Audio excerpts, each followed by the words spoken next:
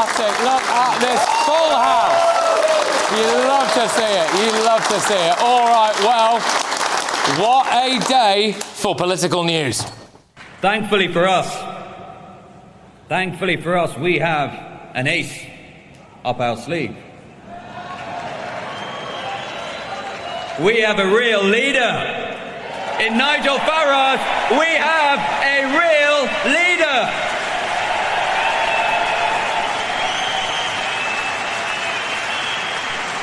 We have someone to inspire us in the belief that victory is possible. He inspired me, he has inspired you, he will continue to inspire millions across this great country. And he's gone. Ex-Reform Chairman Zia Youssef has quit, perhaps because of this. Given the Prime Minister's desire to strengthen strategic alignment with our European neighbours, will he, in the interests of public safety, follow the lead of France, Denmark, Belgium and others and ban the burqa? And then last night, somehow, this guy won the Hamilton by-election. You're probably speaking to quite a lot of older people. Are you getting any anger from them that Labour have scrapped their winter fuel allowance? Yes, there is. What do you say to them? You back them on it?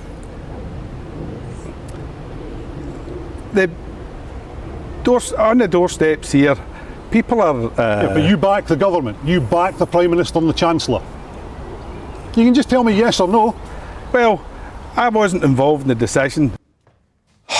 Right, you're paying his wages, so that's great, isn't it? Fantastic. Anyway, Labour won, but surely, that guy's skin colour is a blow to their leader, Anas Sarwar. Every chief executive of every council and every government department, white. Every director of a department in Scotland, white. New Hamilton MP, white. Anyway, let's go back to burqas. So it's not controversial to want to ban it here because here are the other countries that have. France, Belgium, Norway, the Netherlands, Austria, Cameroon, Chad, Congo. There's plenty of others as well. So what I want to know tonight is, should Britain ban the burqa? I'm going to go straight to an audience member, I believe. Oh, lady on the front row. Hi. With my friend Sharon, is it? Hi, yeah. Where have you come from, yeah. Sharon? I'm from Wimbledon. From Wimbledon, lovely part of the world. So go on, what would you like to say about the burqa, Sharon? So, after Zia Youssef resigned as Reform UK chairman in a row over the burqa, is Reform UK MP Sarah Pokin right that the burqa should be banned? OK, all right. Let's get a feel for the room then. So just by way of noise, who's pro-burqa ban? Yeah! Fair enough. Oh, just for the sake of balance, would anyone not ban the burqa? Right. OK. Right. I will start with you, Christo. Are you banning the burqa? Well, firstly, I wish Reform would stop rowing. I mean, it's like handbags at dawn. I know it's Pride Month, but they're taking it a bit far, if you ask me. Look, I would, and I'll tell you why I would. And it's because... Well, firstly, anyone that is saying that it's illiberal or non-libertarian to ban it, we ban loads of things in this country. The government is interfering in parts of our life that they shouldn't interfere in at all. So banning is not a strange concept. It sexualises women by making out that they are sexual objects that need to cover themselves. It makes out all men being Neanderthals who can't control themselves round them, which is why they need to cover themselves. It promotes inequality because Islamic men don't have to wear them.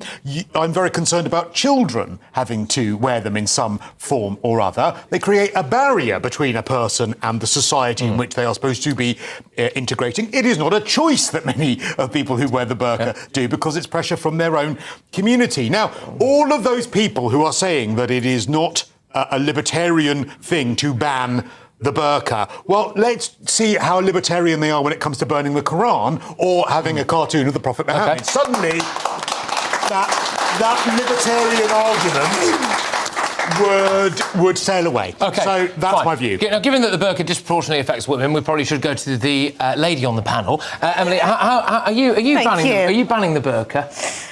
It winds me up as well when people use the language of liberalism to defend something that is the antithesis of those liberal values and of Western liberal values. It is so enraging, and comparing the burqa to a medical mask or comparing it to a helmet or something like that, it's totally different. It's got a lot of baggage compared to those items, let's say. But I'm not sure if a ban would work on the streets, for example. Can you imagine police going around and enforcing that? We can't even enforce a vape ban, so I'm not sure if they'd be able to enforce that. But in public bodies, in public buildings, in schools, in courts, in libraries and other places, I think it should be banned. In this country, people show their faces.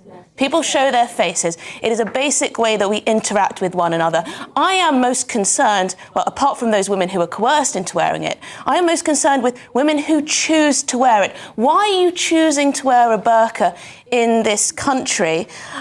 It puts up that barrier immediately. You're saying, I want to hide my identity. How can there be any accountability in any public space? Do something wrong, no one knows what you're saying. Who's going to talk to you? It's impossible. Anyway, all right. Go on about this. JJ, go on. Yeah, I don't think... I lived in the Middle East. I spoke to women who'd wear burqas or niqabs. Lots of women I spoke to wear it because they choose to. We can't put our own aspersions and our own feelings onto them. If people say they choose to wear it, then they choose to wear it. My personal feeling on the matter is that, as lots of people know, I always talk about my grandma. She was Danish. In Denmark in 2018, they banned burqas. They also banned balaclavas, any kind of face covering in public. And it's enforced because the police will go up to you and they'll give you a fine, and that's how it's enforced. And in Denmark, it works fine. But I think if we're going to ban the burqa, we should absolutely ban in balaclavas, because I'm not afraid when I see women in balaclavas, in burqas. Yeah, I know, absolutely. Look, I don't know if people see this, they probably do. When you get on public transport, you're walking around the street, you know, you're starting to see an increasing number of young blokes walking around in balaclavas. Yeah. Well, why are you doing that? What are you up to? You know, and it's not nice, is it? And you think, well, there's little chance anyway, if you presented the police with a clear mugshot of their face to begin with, that they might come and nick them if they decide to steal your phone, let alone if they got a balaclava. Barry, your views on this? So the Prime Minister kind of scoffed at it, didn't answer the question, so where are you on it? Well, I think the important points that were made by all three of the panel are about freedom of choice. I mean, I think as a man, I wouldn't tell any woman what she ought to wear, and I don't think it's right that we go around prescribing that women can or cannot wear this or that. When it comes to the burqa, it seems to me that if you're going to ban it, you've got to say, on what basis are you banning it? And I think the basis that they banned it in Morocco, for example, and I think that's what the sort of thing you were alluding to, JJ, is that it was banned on security grounds. And that, it seems to me, then it follows that you then have to say, yeah, OK, we're going to ban balaclavas as well. But, you know, these are things which are, you know, all-encompassing, aren't they? But we never had the same problem about all-encompassing when it was a nun, because that was part of our cultural tradition. And that's a key difference. That's exactly the key difference. But so it's not the all-enveloping garment. It is the issue of, if we have a society that wants to engage with each other, that wants to be open and transparent, and where you can judge people, as we all do, by their facial expressions, then I think it's important that we can see each other. But I don't think that in itself gives rise to a ban. The security situation might, if there were evidence. Well, there has been a case, there was a guy who was from Somalia, who was believed to be a member of Al-Shabaab. He went into an East London mosque not wearing the burqa, came out wearing a burqa, went on the run, a classic of the genre. There is somebody else who has got a point on this. There he is, that man there. Is it possible to just... We'll get someone to whiz the microphone over to him. There you go, pass it on over. Sir, what's your name? Where do you come from? Hello, Patrick. Hello, everybody. My name's Glyn Evans. I'm from Portsmouth, and my wife is with me, Rachel, also there you go. from Portsmouth. Fantastic. God, she wanted to be on the telly as well, so there you go. Yes, exactly. Yes, here she is. What would you like to say?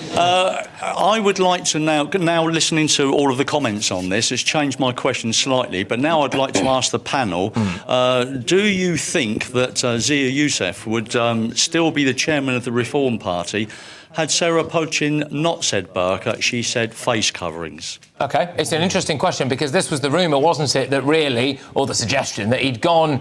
Well, what pushed him over the edge was the idea that she'd raised the burqa thing. He called it dumb on social media. Christo, what do you think about that? Do you think that... I'd have said both. I'd have said the burqa and other face coverings. I'd have said both, because I think that face coverings is a really fair point, and it makes the really good argument about the balaclava and all of those sorts of things. But it also doesn't raise the point about inequality. No one wears a balaclava because they would have social stigma from their own community for not wearing one. So I think that I would have said probably both, and I think that's a really fair point, and it might have tempered some of the disagreements. So just again, feel for the room. Is anyone here concerned that reform might be falling apart? No?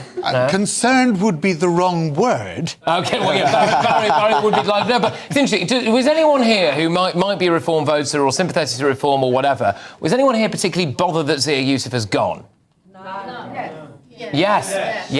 Who's on yes? So we'll see, you've got the mic already. Why are you bothered that he's gone? Go on. Well, I think he's an absolute perfect figurehead. I mean, listening to Nigel Farage, I do believe Nigel Farage and what he said, and complimentary to Zia yesterday. He has worked hard. He's been there for 11 months. He's the perfect guy, which I think that we'd like to see as the chairman. OK. Not knowing the whole depth of it, but I just think he comes over very, very well. And it's very obvious that he's worked very hard to get reform exactly where they are. Yeah, all right. Well, Emily, your views on this. Do you think that this is a problem for reform, that Zia Youssef has gone after the Burka comments? Well, it's difficult because we don't actually know if it was the Burka question that pushed him over the edge. Whether it was the fact he wasn't consulted on the question or whether it was the question in and of itself. Because if he is against a member of Parliament and a member of his party asking that question, then I think that is problematic. Then that is problematic. But I don't know. I'm sure the party will be fine without Zia Youssef, but I don't think it's great for their, the optics, is it? Fine. Jojo, I just wonder, even if... I mean, look, the obvious answer for Keir Starmer to have said about the Burka ban was just no. There's no way in hell that Keir Starmer wants to ban the Burka. So that begs the question for me, why didn't you just say no? But I do worry that there would be riots on the streets if we decided to ban the Burka, and maybe that in itself says something about integration in Britain. I think maybe there'd be some riots in some areas, but I don't think it would be across the whole country. It'd just be in smaller areas where there's a large population of people who support the burqa. But speaking of what point Emily made earlier about saying women shouldn't be told how to dress by men, before we came on stage, I heard Patrick, I don't know what they're talking about, but I heard Patrick saying to Emily, more boob, more boob. That's all. I'm just saying. That's what I heard. Can I just say what a pleasure it is to have you back, Jojo? You've been away for a few weeks. No, it's all right. Barry's gone, yeah. I thought this was a family show. You know what JJ said to me? He said if you've got twins in there, it's not a large. So there you go. I'm really annoyed you said that to someone else, actually. All right. And could I just point out that when I did help Emily do this, I did say that now I can say I've tied the knot with Emily. OK.